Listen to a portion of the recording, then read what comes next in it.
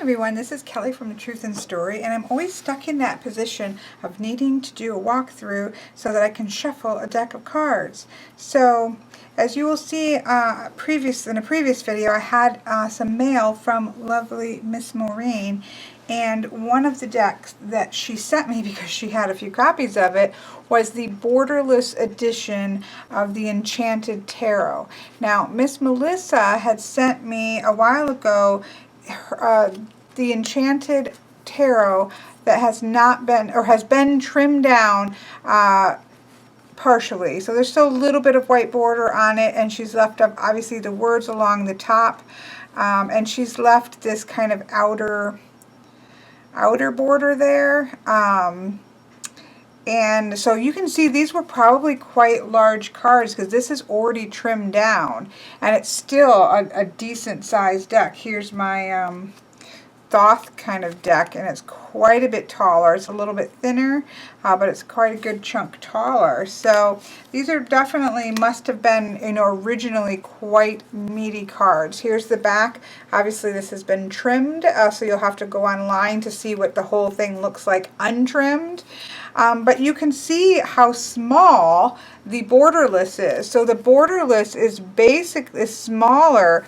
It's about the same size as the image itself, as if you trimmed this part down, minus this little, well, no, even including this one extra here is part of the thing, not this tapestry at the bottom, but this thin line here is considered part of the image apparently. And we can see that it, you could, if you have this set deck, you could trim it all the way down and take all these borders off of it. Of course, then you will lose the name of it, whereas the new borderless edition has the name and the suit color right on the bottom, which is quite nice. I do like it. I wonder why, if you're going to make a borderless edition, you'd think they would have actually made the artwork larger, just because like these are quite small cards. So here again, this is actually a rather small deck, and it's even smaller still than the Thoth. So this is quite a small deck here. And so you would again think, if you're going to make a borderless edition, make it with larger images, because I think one of the things with this particular deck is that it's a collage deck. This is the artist here made this out of fabric, so it's like fabric collaging, and then some also image. So it's done some tapestry, some sewing that she does, as well as some images as well. So it's definitely a mixed media collage, and so there's a lot going on. And so having a larger card, which you can see, look at how big the cards are in the actual book. So here is that card. Here is, this, and this has already been trimmed down, but this still, you get almost half a page of the image, so that you can really look at what's going on, because it's a collage deck. There's quite a lot going on, and so that's the one thing I will say. I was surprised at how small the borderless. I looked at it because I knew I wanted to get this version, but I hadn't looked at the sizing because I just assumed it would be kind of a regular size. So that was surprising. Obviously, I'm going to need to get some gorgeous purple to trim this edge with, which I'm really excited about because I haven't done a purple deck, and I'm going to need to do a purple deck. So there's that. But I just wanted to show you that I've looked through these. It doesn't look as if anything has changed. Obviously, there is some cropping that happens. So for example, here's the Fool. You can see a little bit of this bottom part has been cropped off, and a little bit, so here's how it would line up. So that obviously the tapestry and things she kept so that we could have the name over it without cutting into the image. And so about half an inch or so of the top of the image has been trimmed on this particular Fool. I didn't go through, did I go through and put these all in order? No, I just found the Fool card so that you can see. So there is actually some loss of image. So So that's one of those things I think you're going to have to decide whether to get the full size, and if you want it trimmed, trim it down, you know, to like under, you know, taking this very bottom stripe off. That's how I would probably do it. Trim it down, round the edge, you know, take all these purple off, everything down to the image, round the edges, and then, you know, write the name on it, I suppose. Or, you know, go with a little bit of a cropped image, because I think some of these would be difficult. We'll see when we go through, but they don't always show what they are. Like this one does. Seven of Pentacles has the Pentacles, but here's the Four of Pentacles. We don't have Pentacles anywhere in the actual image. So, you know, that, I just wanted to point that out to you, that some of the image is cropped with the borderless off of this regular one. So that's something to be aware of. And you can obviously tell in terms of thickness wise that this is quite a thicker deck than the borderless. This is the kind of stock I actually like. This is a very thick stock. It's actually kind of difficult. I can't even imagine these before they were trimmed. It's very difficult to shuffle, and these are trimmed. So untrimmed, these must have been quite large, because obviously there would have been more white down here, and you can tell she's trimmed right along the top. So let me see. I don't think, no, I didn't. Just seeing if there was an image of a card with all of the things intact, but there's not. So you'll have to Google that. But those have to be really big cards. That's what I'm going to say. So, I don't know. I was showing you both so that you could get a good idea of how that might, what your choices in terms of this particular deck. I've had a lot of people ask me about this deck, to do a walkthrough of this deck, so I am quite excited to do so. Again, the backing on the large one is quite gorgeous. We have the swords and the wands and the hearts and the stars for the pentacles, so you have the elements there. It's very simple, white with the gold there. The backs of these are, I'm not fond of. I like the purple a lot. I like the Z for Zerner and the F. It's kind of a mix of a Z and an F for Amy Zerner and Monte Farber, which are a husband and wife team who did this deck. I do not like the copyright on the bottom and the top. It's quite obvious. It's quite prominent. Don't like it. But, you know, it is what it is. I don't like copyrights on the backs of my cards. So, we all know this about me. Now, this is the book. We'll take a look. So, cardstock, I like the feel of this, actually. This feels nice. I haven't shuffled it yet, so we'll see at the end. Don't like the copyright. Love the color. Wish it was a little bit bigger. So that's kind of like the basic first impressions. But let's take a look at the book, which is, I have actually read this, and so, because I've had this for a while. So let's take a look at this before we go on. Okay, so this is a nice hardback book. It was funny because when I was Skyping with Miss Maureen and we were going through her shelves, which have I mentioned how much fun we had, one of the reasons she started to realize is she's like, oh, she found, you know, she showed me this Enchanted tarot book. There is another version because she did then find another book that was a little, wasn't this hardback kind of goldy, well really it's like a wood grain book. She found another one and she's like, oh, well I must have another deck laying around here. And so she ended up finding the two decks and she found a third book. So she may have, I don't know, but that's how I ended up getting this lovely borderless deck. So, but I had this book already. This book Miss Melissa gave me, and I have read through this. It's quite an interesting, look at this, fox, magnetic fox bookmarks. There's another one back here that Miss Melissa gave me, which I love. I don't know actually that she intended for me to have these or she forgot them in here, but I quite love them. In fact, this purple one I think I need to put in my bullet journal. So, you know, they go ahead and they talk, you know, it's just kind of a typical setup in some cases. But what's different is it really gets into talking about the imagery of dreams and the idea of the symbolism that comes up in dreams, the analogy, the allegorical nature of dreams. And I thought this would be, Annika from Nobody's Here might be actually interested in this because they really go off of that kind of understanding of the allegory of dreams. And so then it talks about the cards. They have wands and swords and hearts instead of cups, and then pentacles. So they have just changed hearts to cups. Cups to hearts, I should be saying. Should say. Whoa, I can't talk.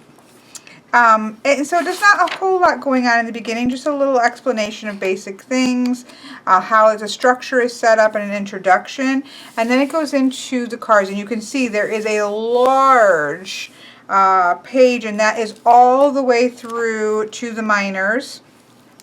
So there is a large image for every single image in this hardback book. I don't know about the other one, but in this one. And then each card is split into 3 parts. We have the number, the name, then we have the dream, which kind of explains the actual card here. And then, so we have that sort of, this is the allegory, okay? So this is the allegorical dream. This is the awakening, where it comes into the conscious mind and we're going to think about things more rationally. And then the enchantment is what's something that you could actually do, an activity or thing that you could do to work with that energy. So for example, here we have the Fool, and I won't bring the card out because we have an even larger, you know, here's the regular card. You're going to be able to see it much better with the large card.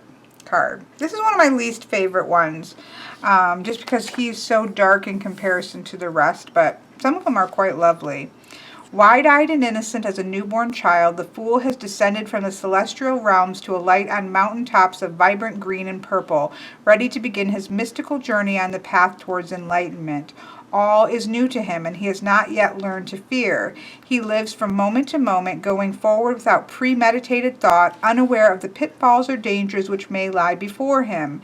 In his pouch he carries the memories, instincts, and experiences of past lives, that's interesting, known as the collective unconscious, waiting to be used. He carries a wand symbolizing the pure faith of his actions. It is topped with a head that looks backwards.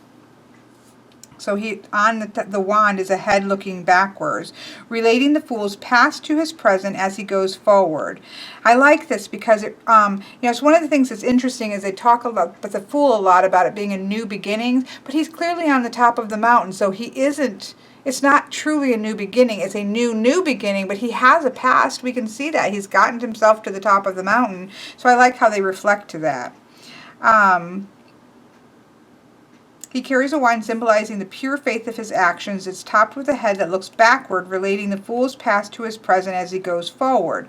The dog leaping behind him represents the animal nature of our physical bodies and is seen in playful harmony with the Fool, like a pet with a child.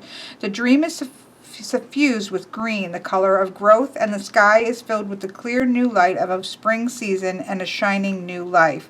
Like the court jesters who maintain his tradition, the Fool can only tell the truth, for he has no malice or desire.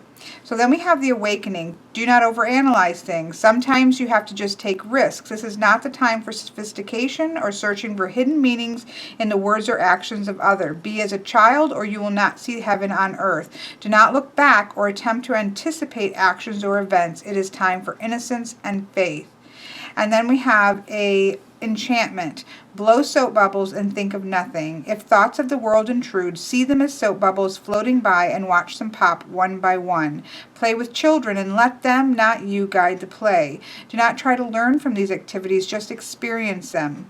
Before you take their leave, sing around, ring a round of rosies, the ubiquitous child's game that, like tarot itself, is a remnant of the ancient time and religion which survived persecution by hiding their wisdom in a game. So that's how it's set up, with a dream or the allegory, the awakening conscious kind of analyzing of the allegory, and then something that you can actually do to put yourself into the energy of the specific card. This is like, preparing an altar. Here is closing your eyes and doing a visualization.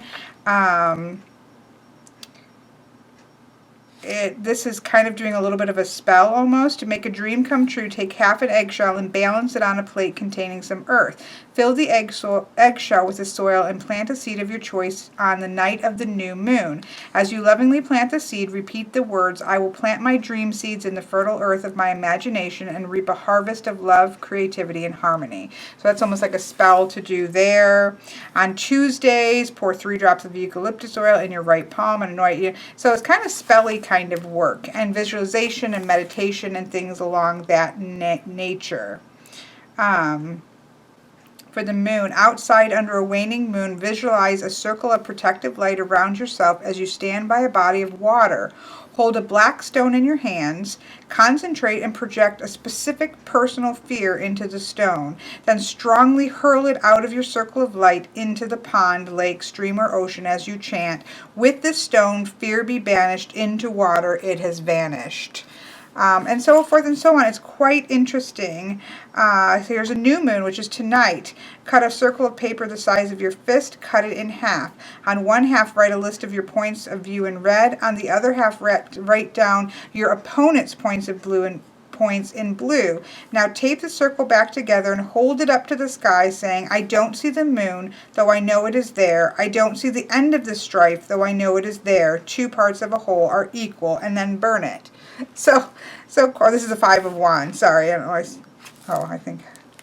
Anyways, that is for the 5 of wands, where there is strife or struggle. So quite lovely. I've read a lot of this. It's an interesting book. It's really nice to have this particular book. So there we have that. So now I'm going to zoom in, although truthfully, I should probably just use the book with the larger images.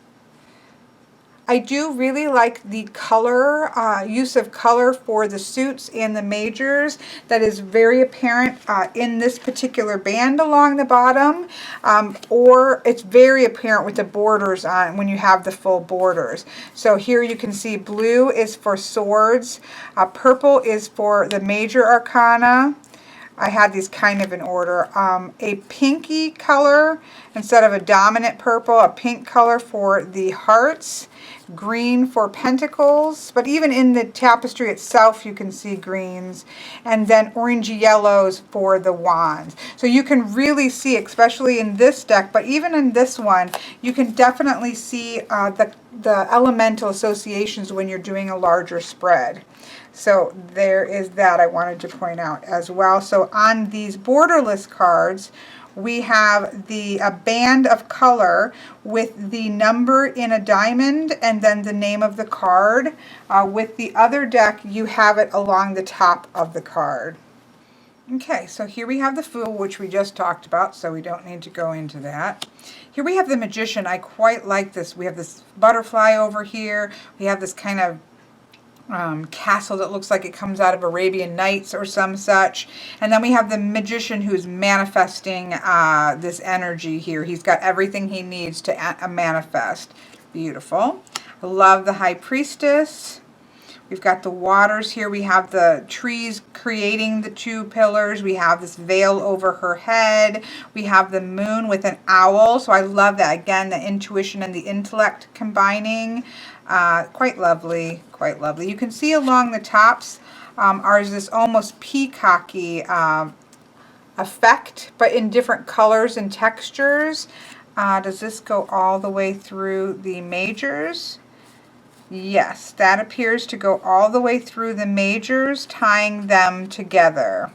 So it just in different color variations and probably different fabrics and things like that. Graphics. Here we have the Empress. I love that the water is flowing at her feet.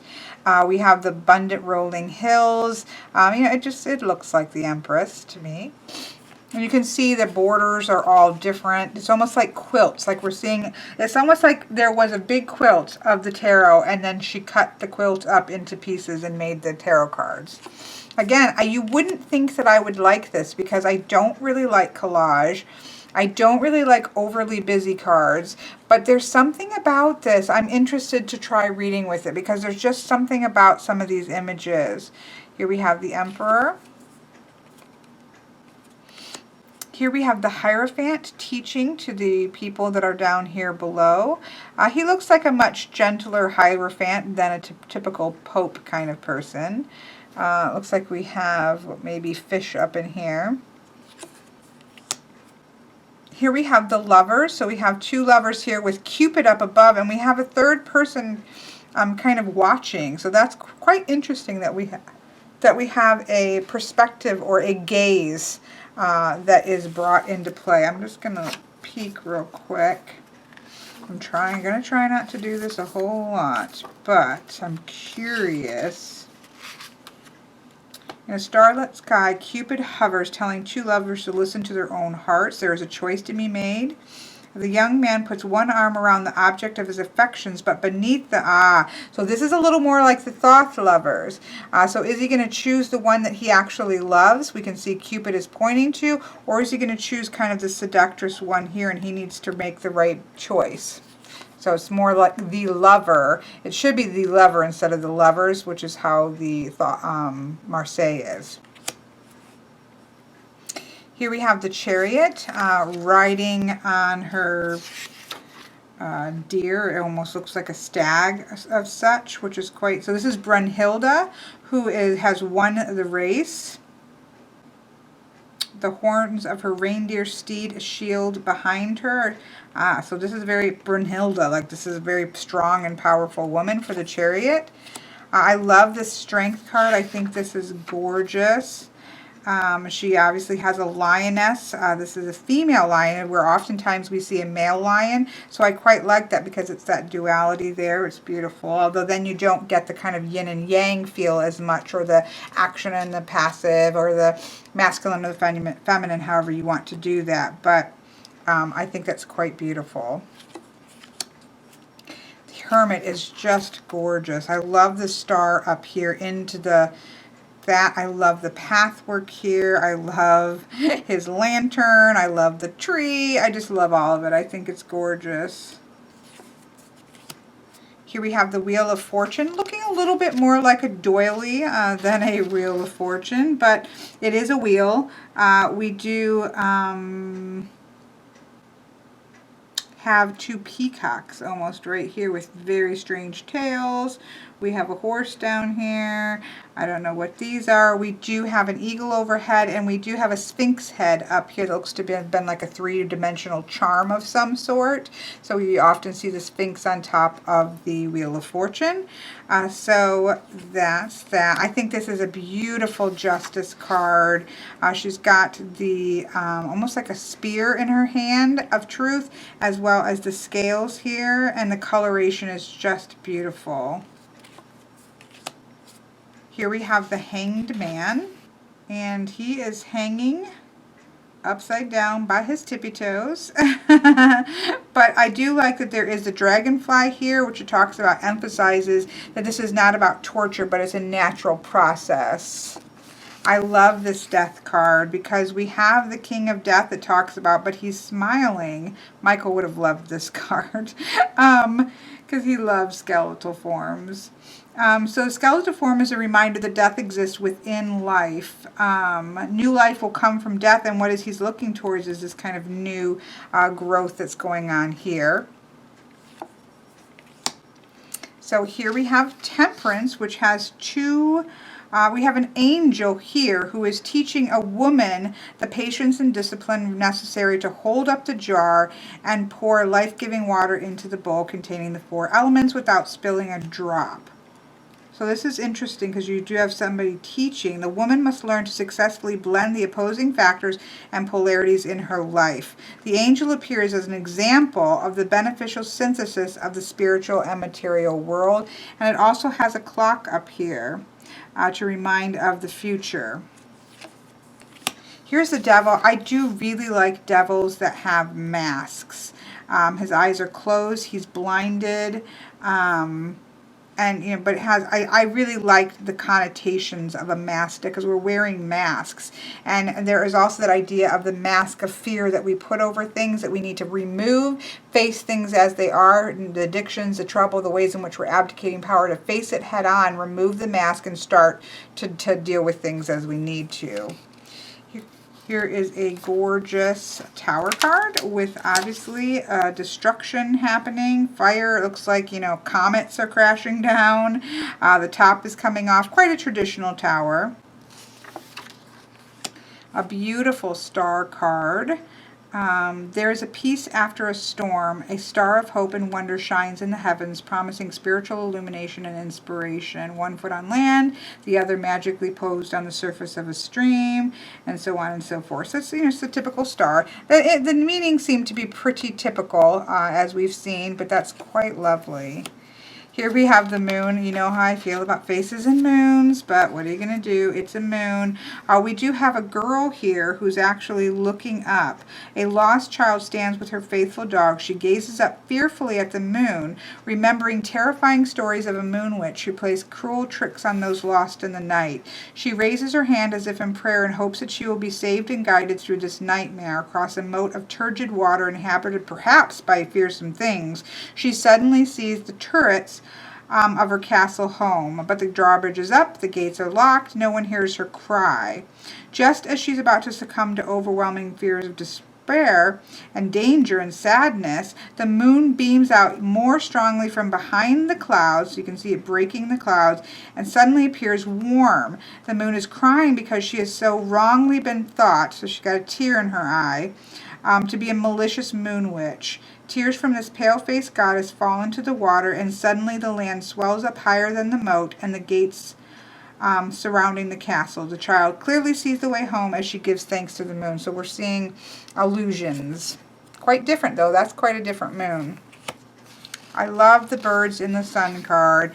I don't like the face so much, but I do like the birds. Here we have the Judgment card. So we have an angel up here with its horn, and we have hands kind of rising up, a hand kind of rising up out of the water. So, you know, a pretty typical, you know, time for a new change, time to kind of face your past and start a new life. And then here we have the World, which we have a copper statue of a woman has come to life and is dancing, looking back at a leaf she holds in her outstretched hand. So uniting and balancing your long-sought inner harmony with the skills you have learned in life, you have achieved real success. The world can be yours in this situation. Hard work is demanded to attain this, but material rewards and inner peace are promised. So there we have it. So that was the Major Arcana. Again, I really do like this, and this isn't me. It's not my typical thing, but some of them are so lovely that there's just something about this. I'm really excited to give it a read. Tonight is a new moon, so I'll do a new moon reading. So let's put there is a handy little bookmark here. So although I really wanted to just have that open for the Major Arcana. So let me split up and show you. So you can see that we have blues, and you can see the blues even in the fabrics chosen. But we also have a blue along the bottom, so we have that for swords. For wands, we have oranges and yellows, you know, some browns, but very, you know, it's very color evident. The suits are, plus we have the orange band here. Pentacles are very lush and green. Not as much as the others. There's some variation there, but in person, it's quite obvious what we're looking at. And then we again have the band of green, and it has a star for a pentacle, a five-armed star. And then hearts or cups are very purpley pinks and purples. And it has this pink band along the bottom. So there are our aces. We have, you know, the typical sword here with a crescent moon on the top. We have a wand here, manifesting power. We have a pentacle, which is again very star-like rather than pentacle-y. And then we have a, well, rather than coiny, I should say. I mean, that is a pentacle shape, but you know, normally we're seeing like a round coin of some type. And then here we have a the Ace of Hearts. We have a heart here. We don't have a cup, so this is kind of a vessel, but we have a cup here. So that is our 4 suits. So here we have the swords. The 2 of swords standing between kind of a decision that needs to be made. I like the stars being held up here. They really are lovely. Here's the 3 of swords with 3 swords coming inward. She's kind of got her hand over her heart. We have all these shields here with hearts on them, as if she's trying to protect her heart because it has been broken. Here we have the 4 of swords with Buddha sitting here. It's time of reflection. I quite love that card a lot. Here we have the 5 of swords, so we definitely have like stormy skies, we definitely have discord, but we almost have a person here either directing it, which is almost as if they are creating the chaos, because this again is mental. So he's kind of directing or allowing this kind of discord to happen, and or is going to bring it under control. Here we have 6 of swords, quite Rider-Waite-Smith, beautiful colors. We have the boat, I love the bird. We have the going off. 7 of swords, here we have, 7 sword tips. And then we have we don't so much have a sense of things being stolen in this one. Let's see how they're coming at the 7s. To escape from the opposition you're encountering, you must be logical and persistent and not resort to trickery. Face the fact that troubles are often self-created and that only by identifying and eliminating repeated negative patterns of behavior will you cease to add your energy to the opposing forces. So kind of resisting the desire to use trickery, I suppose. Beautiful 8 of swords. I love that she actually has one of the swords in her hand, but she's definitely hemmed in by this, but her power isn't all gone. She just needs to pause for a moment. There is almost more of a Marseille feel to this, more of a protective, the way that the swords are around her. She has a sword in her hand. It's quite lovely. Here we have the 9 of swords. We have sort of a sleeping figure. We have all this chaos going in the mind, all of the swords. We definitely, again, have cloudy skies above. And then this one just breaks my heart. I shouldn't even look at it, but I'm going to see what it says just because. Why does that one have to show up? I saw that accidentally. I hadn't looked at this part before. Yep. That's pretty much what it looks like. The worst seems to have happened, a devastating loss. Lightning is struck and an unconscious child lies in the arms of her broken-hearted mother. The jagged bolt from the blue has in a moment rent the fabric of life, and life itself seems to have spun out of control. But above and beyond stretches a starry universe. This is blah, blah, blah. At a time of devastation and abandonment, there must be endurance. Living continues beyond personal destruction, and the suffering is lessened. And goes on forward from there. Yep, quite difficult card there for me, as you can imagine. Then we have in the courts, we have princesses, prince, and queens and kings. So we have the Princess of Swords here with a message. Very chivalrous looking Prince of Swords, which would be the Knight.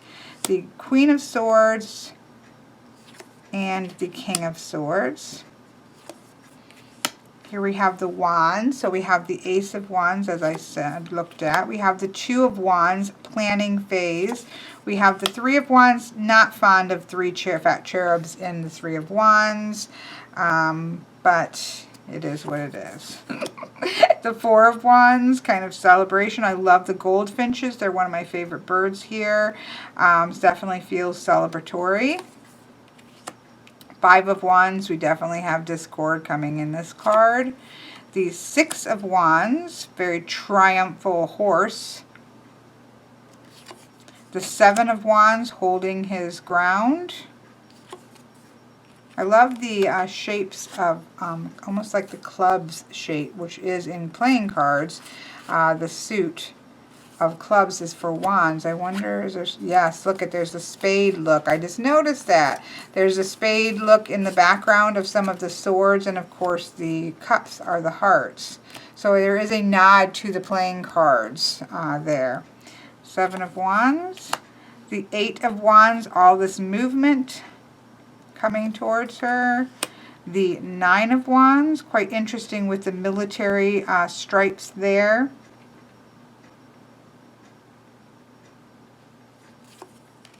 The 10 of Wands looks very burdened down and holding on to everything. And then we have the princesses seem to have letters. Is this the exact same woman? Let's just see here. Nope, it's a different person, but both of the princesses seem to have letters there. The knight again is on a horse. The prince. Beautiful Queen of Wands. And the King of Wands, looking very Zeusy. Here we have the Ace of Pentacles. The 2 of Pentacles, you know, looking a little bit Pip-like. The 3 of Pentacles, working hard. The 4 of Pentacles, holding on to her wealth.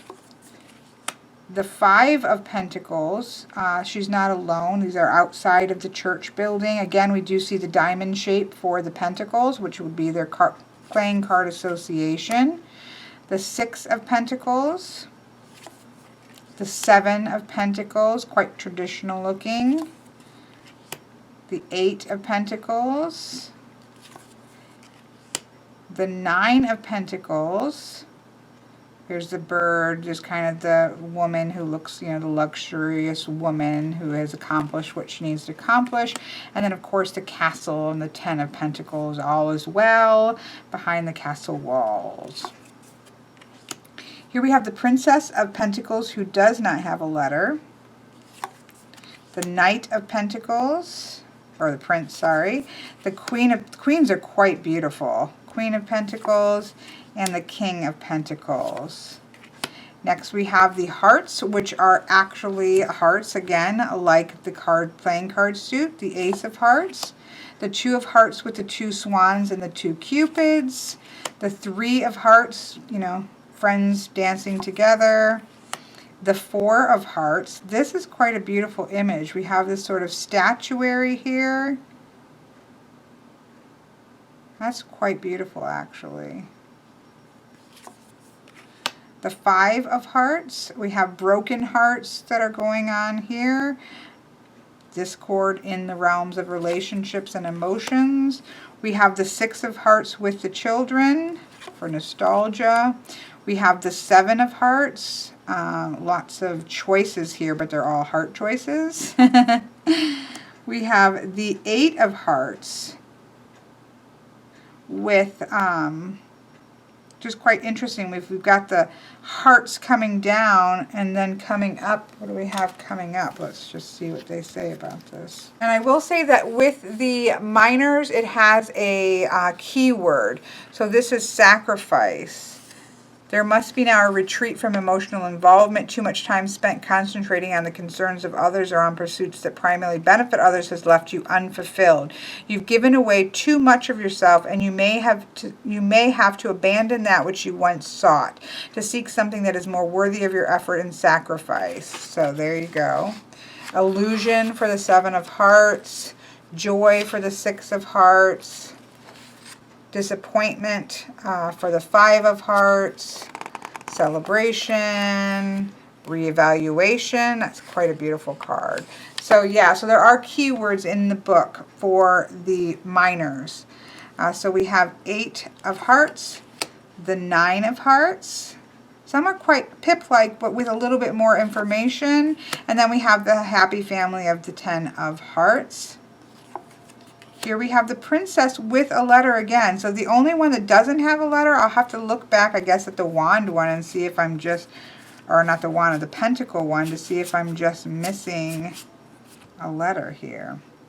Well, here, let me look at it in the big book. Nope, she's the only princess that does not have a letter.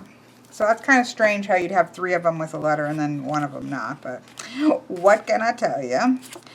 Here we have the Prince of Hearts, Questing Knight, the Queen of Hearts, and the King of Hearts. So there we have it. You can obviously see the color tones of the suits. You can see the playing card associations of the suits. Let's zoom back out here now. They're slippy, but they shuffle really well. It has a feel of a good playing card stock. It's better card. I mean, it's thin, not as thin as Llewellyn, but it's got a nice feel to the cards. I do like the stock. I just wish it was a little bit bigger, given how busy of a collage deck that we have going here.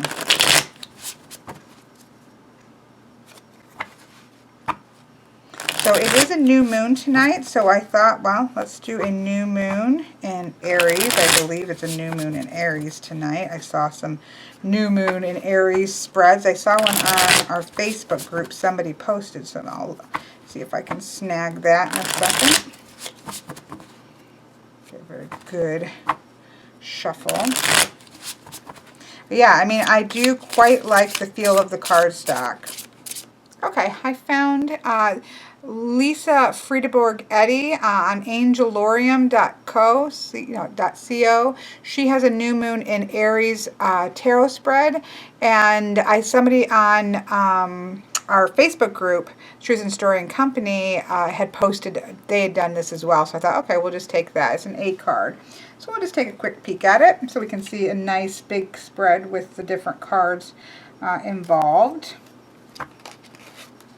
I will put a link to that spread in the description box if you want to. Whoa, Queen of Hearts jumping out there.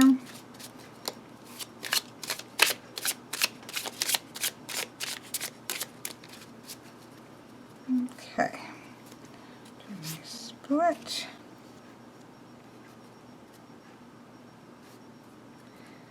And so we're going to put, let's see, I'm going to try to tell you these as we go.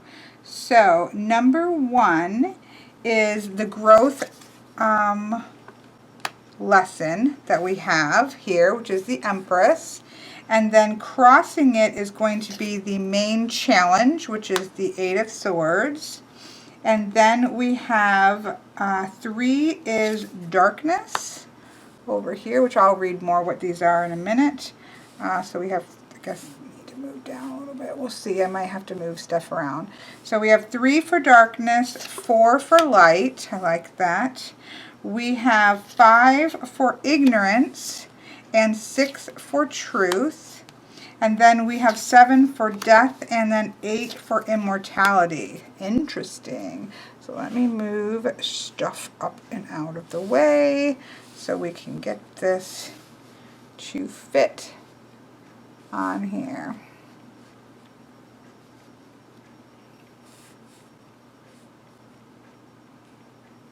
And I'm going to go ahead and just lay this crossed underneath. I like to be able to see all the cards. So this is crossing the Empress though. Okay, so let's take a look at her spread and see what she says. So we can see we've got 3 wands, like those pop out pretty good. We've got the 2 major arcanas popping out with both the fans bring it out, as well as the purple that are down here, obviously. We also can see the shapes. Now that I know they're there, you can really see the shapes of the club, though not so much in that one, and you can see the shape of the spade there, which I quite like, and as well as there. So let me take a look then. She goes through and gives us. So number 1 is a growth lesson. This is the main issue that will promote growth between now and the next new moon. Now this does say to separate out the majors for this. I did not do that, but I did get a major that came up.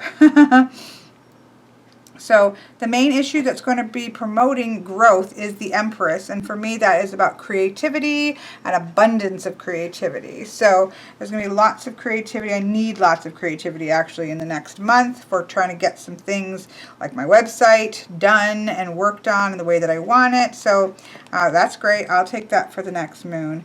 The challenge though is going to be the Eight of Swords.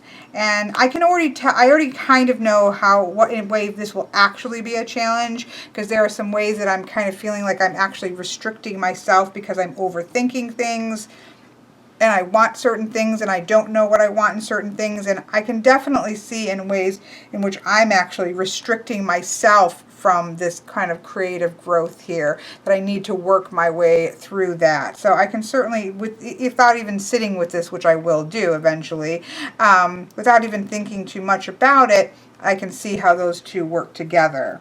So number 3 up here is the darkness. So this is a shadow trait that's becoming apparent and now can be released permanently. It says Aries shadow has to do with being selfish in one way or another. So remind yourself of how you accuse others of being selfish if this doesn't make sense. So this is the Six of Wands, and this is about victory. So the Six of Wands in some ways needs to be released. And I guess Aries in shadow is having to do with selfishness. So I don't feel particularly selfish about about victory. I'm very happy with other people's victories. I like to see other people's victories, but there is a way in which I've had some successes. The way that, because I'm thinking a lot about the last year, because I'm a year into YouTube this month. Last month or 2 months, was in end of February or so, is my first year of my business. I'm really satisfied with how things have grown. I guess it's time to set that aside and start with this new growth and not kind of rest on the laurels of past accomplishments. Again, not that it's, I've turned into a multi-millionaire or something, but I do feel I'm very content with the last year's cycle, but now I think it's time to focus on now the new growth. So that's, I guess, what I take out of that. Here we have the light, how you make room for shining your light once you have let go. So you let go of this and you are going to let your light shine. And so in this, this is all about choice, and it's about choosing from your heart with the Cupid, or choosing kind of the areas of which may be seductive, which can be success, I suppose, just given the connection. They're connecting these two cards. And so making sure that I am moving forward and always making choices and decisions from the heart, which is what I've tried to do all last year. Like, I've just tried to simply be myself, do things as, from that kind of gut, from my heart, from a good place. And so obviously I've had a successful year. That's great. Set it aside. And now I need to continue to move forward, working from my heart. So that's good. So number 5 is an ignorance. It says, when I know better, I do better. So something I've been ignorant about concerning my path or myself that can be revealed thanks to the gateway opened by this lunation. Relate this card also to the card number 2, because this is ways, which is... So this is revealed. I don't think this is an ignorance thing, although I don't always think about the Ten of Swords with this particular situation. When I know better, I do better. So something I've been ignorant about that can now be revealed. So I don't know really how that would hold. The only thing that I can relate this to, it's too hard to relate this to something else, because we have a mother there with their dead child. So that's kind of difficult. I didn't even notice that actually until I just started going card by card.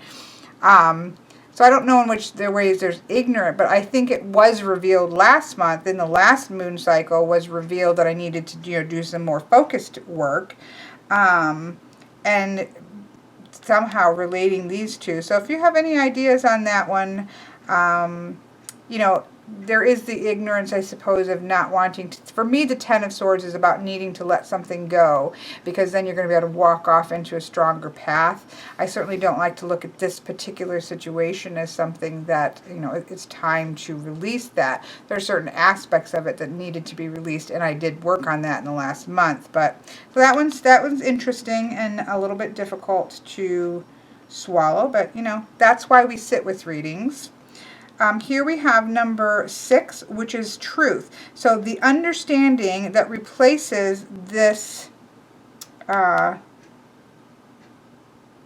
understanding that replaces the ignorant. So if we let go of this, we're going to replace it with the Princess of Wands, which would be the Page of Wands. So again, learning, new discovery, new creativity. They said also to apply this to number 1. So again, we do have quite a lot of creativity and passion and abundance and transformative energy. I need to take this and transform it into something new moving forward. You know, I'm not going to obviously, I'm doing the best I can here without, you know, I'm not going to choose souls. I didn't expect things to be going. I've had this problem all day. I did a sample reading with the Burning Serpent that I had to just start fresh on because it was too personal and too obviously personal. And apparently the same thing is going to be happening with this particular one. But you guys all know this stuff. So then we have down here death, which is something that must be permanently deleted from your existence or ego mortification. If a positive card shows up here, you may need to dig a little deeper. Thank you. So you may have to work a little harder. So here we have the 6 of Pentacles. Now let me just make sure. And I suppose I should for the 10 of Swords as well, since we are learning in this situation. Because some of her cards are not directly related to... So the 6 of Pentacles is generosity. So this is a confident and mature woman stands at the center of this card, an earth goddess, whose very touch heals. She is willing and ready to dispense the riches of the planet. Express your needs and others will help you answer them. Look deep within yourself and you may find the resources that you can share to know success. But this is something that I need to delete. So I don't really want to delete generosity and sharing of myself. I don't have physical wealth to share, but I do try to share what I do know and knowledge and that kind of thing. It's kind of part of the whole point of my YouTube channel. But so that's another interesting one. These are both, I should again have looked at the 10 of Swords just to see. I did look at that when we were looking through, but let's see. Oh yeah, we did read that. When you're terribly afraid that things will not work out, that ruin and despair will beset you, you must let go and let God. Now, I don't particularly like that idea of letting God because, you know, that depends on somebody's particular belief system, but there is that idea of needing to accept that the struggle must end and release will come. So that makes sense. I mean, I don't have to spend the rest of my life struggling. Are there going to be hard things? Yes, there's going to be hard things, but having a good month doesn't necessarily mean that I'm less sad or I'm less grieving, and so maybe I need to let go of that need that I feel like I have to constantly be struggling with that situation. This will be interesting to set with. This will be also interesting because what about this do I need to delete? So maybe bringing this sense of this card into balance is a way that I need to sit with. And then at the time of the full moon, this is what the seed of ego mortification will yield. So when I can do this, this will happen, which is the 3 of Wands, which is generally, you know, a really positive card about, well, let's see what she's saying, because I guess I better, you know, not assume it's Rider-Waite-Smith, because I don't think it is directly Rider-Waite-Smith. This is actually letting you see directly as a child and looking for playmates or soulmates for collaboration in a happy enterprise. Let this moment of openness, so somehow I can, by releasing a giving, that's a difficult one for me. I guess, again, bringing this in a balance is going to bring much more of, so these Cupids represent heart, mind, and action, and so there is a balance in them that allows that abundance to come out. And so anything, even good things, out of balance, you can start to feel drained if you're giving too much and that kind of thing, and bringing all that into balance may be what is then going to allow that sort of to keep that fresh spirit of going from the heart forward in the next year. So I guess you can work your way around it. Sometimes you got to dig a little deeper.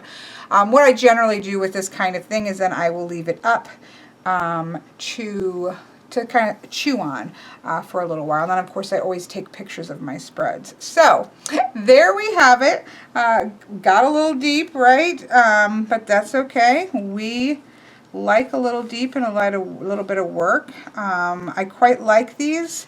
I like the cards. I think they're quite beautiful. And it's surprising that, again, with this collage style, that I would like it as much as I do. I'm going to light a picture. Light candles here because we're really pretty much done with the video, so it won't bother the screen too much. And that way I can take a picture because, you know, it doesn't happen unless you have a picture. So there you are. I hope you guys have enjoyed this. This has been a look at the Enchanted Tarot, both a look at the borderless edition and a look, you know, for just to tell the difference for you of the trimmed down full size edition. So I hope that this has been helpful to you in deciding. I actually quite love these cards. So there we go.